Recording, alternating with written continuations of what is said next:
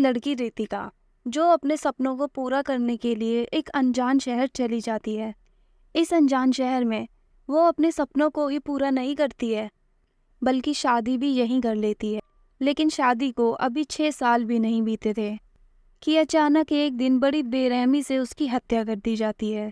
और इस हत्या की वजह जब सामने आती है तो हर कोई हैरान रह जाता है। दोस्तों, इस घटना की पूरी सच्चाई को जानने के लिए हमारे साथ वीडियो में बने रहें। तो चलिए शुरू करते हैं इस घटना की कहानी के बारे में। कहानी शुरू होती है उत्तर प्रदेश की राजधानी लखनऊ से।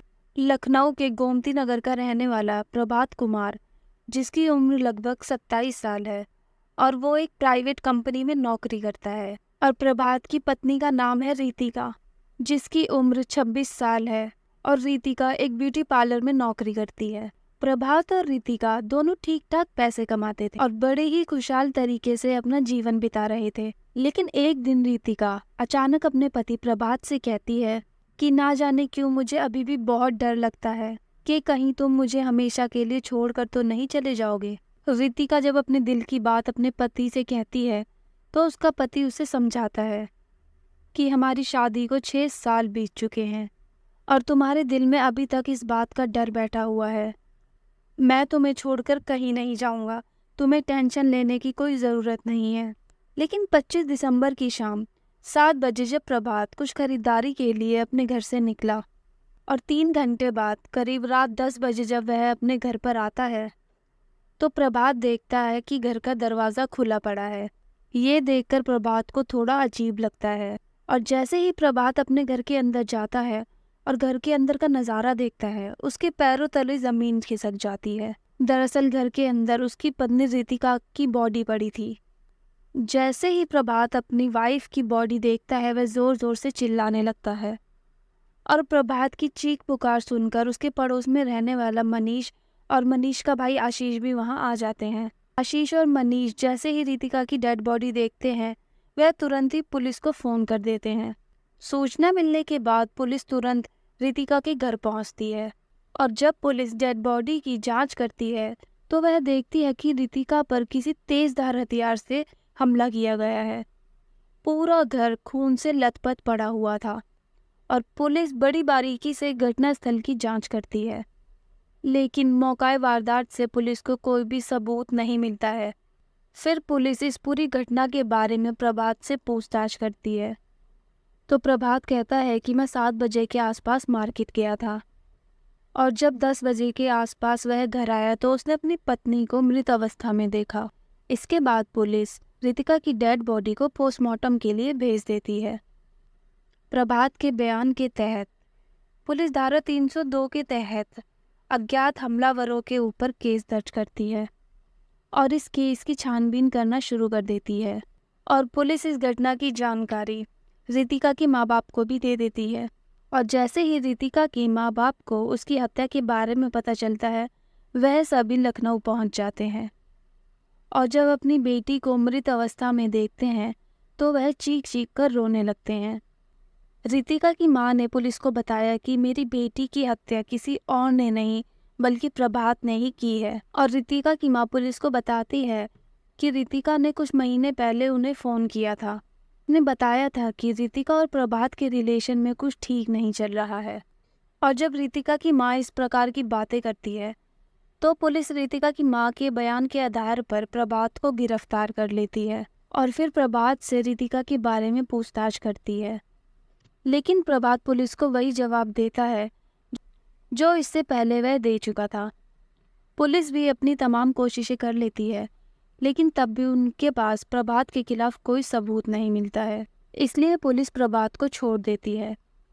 लेकिन साथ ही साथ पुलिस प्रभात का फ़ोन नंबर सर्विलांस पर डाल देती है और वेट करने लगती है।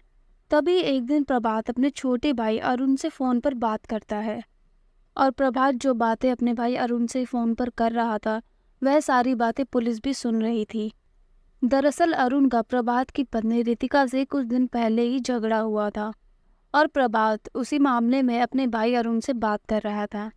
और पुलिस को जैसे ही पता चलता है कि अरुण का झगड़ा रितिका से हुआ था, पुलिस इसी आधार पर अरुण को फैज़ाबाद से गिरफ्तार कर लेती है पुलिस अब अरुण से पूछताछ करना शुरू करती है, लेकिन अरुण रितिका की हत्या से इनकार कर देता है। फिर पुलिस कई तरीके के उससे सवाल करने लगती है, तो अरुण किसी भी सवाल का जवाब ठीक से नहीं देता है, जिसकी वजह से पुलिस का शक अरुण पर और गहरा हो जाता है।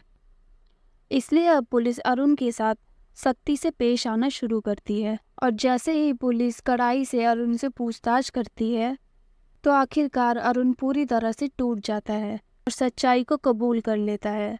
लेकिन अरुण जब इस हत्या की पूरी कहानी बताता है, तो उसे सुनकर रितिका के पति प्रभात को भी यकीन नहीं होता है।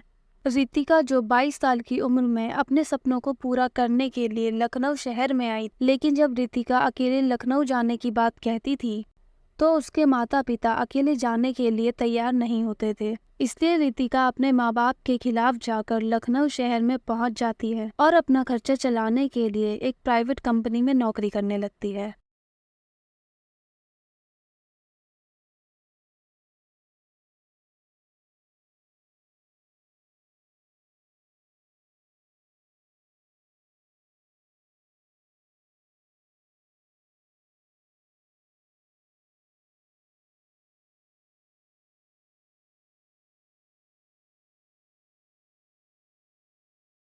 लेकिन फिर भी रितिका और प्रभात अपने घर वालों के विरुद्ध जाकर दूसरे से शादी कर लेते हैं। बाद यह गोमती नगर इलाके में एक किराए का मकान लेकर रहने लगते हैं, और फिर दोनों अपनी अपनी जॉब करने लगते हैं और ठीक ठाक पैसा कमा लेते हैं। तो इन दोनों का वक्त अच्छे से गुजर रहा था। इधर प्रभात का भाई अरुण, जो फैजाबाद में एक अपनी स्टेशनरी की शॉप चलाता था, और वह मार्केटिंग करने के लिए अक्सर लखनऊ शहर में आता था। अरुण जब मार्केटिंग करने के लिए लखनऊ आता था, तो वह अक्सर अपने भाई के घर भी जाता था, और अरुण अपने ड्राइवर बाबूलाल को भी अपने साथ में लेके आता था। और अरुण अपने भाई के घर पर ही बैठकर अपने ड्राइवर के साथ शराब भी पीता, और ये रितिका को बिल्कुल भी अच्छा नहीं लगता था। लेकिन रितिका चाह कर भी अरुण को मना नहीं कर पाती थी। अरुण जब भी अपने भाई से मिलने आता था, तो अक्सर अपने माता पिता के बारे में भी अपने भाई को बताता था। लेकिन ये बातें जब रितिका सुनती थी, तो उसे अच्छा नहीं लगता था, और अरुण को यह कहते हुए डांटती थी कि तुम्हारे माता पिता से हमारा अब कोई संबंध नहीं है। और 23 दिसंबर को भी अरुण अपने ड्राइवर बाबूलाल के साथ प्रभात के घर पर जाता है। तो उस दिन प्रभात और रितिका दोनों घर पर ही मौजूद थे। तभी अरुण अपने बैग से एक टिफिन निकालकर अपने भाई यानी प्रभात को देता है, और देते हुए कहता है कि माँ ने बड़े प्यार से तुम्हारे लिए हलवा बना कर दिया है। प्रभात वह टिफिन ले लेता है, और इससे पहले कि वह उस डब्बे को खोल पाता, रितिका ने वह डब्बा प्रभात के हाथ से लेकर कचरे के डब्बे में फेंक दिया, और फिर अरुण को फटकार भी लगाई, जिसे सुनकर अरुण को बिल्कुल भी अच्छा नहीं लगा था। और इससे पहले कि अरुण रितिका के किसी भी सवाल का जवाब देता, रितिका ने अरुण के गाल पर एक जोरदार थप्पड़ मार दिया, और प्रभात अपनी आंखों के सामने यह सब कुछ होता हुआ देखता रहता है। लेकिन इसके बावजूद भी वह कुछ नहीं बोलता है, और रितिका अरुण को साफ मना कर देती है कि आइंदा हमारे घर पर मत आना। अरुण अपने ड्राइवर के साथ वहां से चला तो जाता है, लेकिन रितिका ने जो थप्पड़ उसके गाल पर मारा था, वह अरुण के गाल पर नहीं बल्कि दिल पर लगा था। और अरुण अब रितिका से नफरत करने लगा था, और अब वह अपने इस अपमान का बदला लेना चाहता था। और फिर रितिका से बदला लेने के लिए अरुण एक बहुत भयानक प्लान बनाता है, और इस प्लान में वह अपने दोस्त शुभम यादव को भी शामिल कर लेता है। और फिर 25 दिसंबर दोपहर के समय अरुण बाबूलाल और अपने दोस्त शुभम यादव के साथ लखनऊ के लिए निकल जाता है, और करीब 2 बजे के आसपास प्रभात के घर पहुंच जाता है। जैसे ही वह प्रभात के घर के सामने पहुंचता है, तो उसे उसके घर के बाहर एक बाइक खड़ी दिखाई देती है, जिसे देखकर अरुण को लगता है कि उसका भाई प्रभात अभी घर पर ही है। इसलिए वह तीनों प्रभात के घर से बाहर निकलने का इंतजार करते हैं। और शाम के करीब 7 बजे के आसपास जब प्रभात अपने घर से कुछ सामान लेने के लिए बाहर निकलता है, तो अरुण उसे देख लेता है, और तुरंत ही अपने दोस्त और ड्राइवर को लेकर गेट पर पहुंच जाता है, और घर की डोरबेल बजाता है। इधर रितिका जब दरवाज़ा खोलती है, तो अपने सामने अरुण को देखती है, और देखते ही गुस्से से पागल हो जाती है, और डांटते हुए उसे कहती है कि मैंने तुम्हें मना किया था कि मेरे घर पर दोबारा कभी मत आना।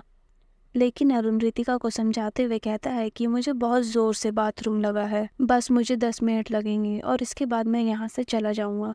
आखिर रितिका अरुण को अंदर आने देती है और अरुण के साथ उसका दोस्त और ड्राइवर भी अंदर चले जाते हैं।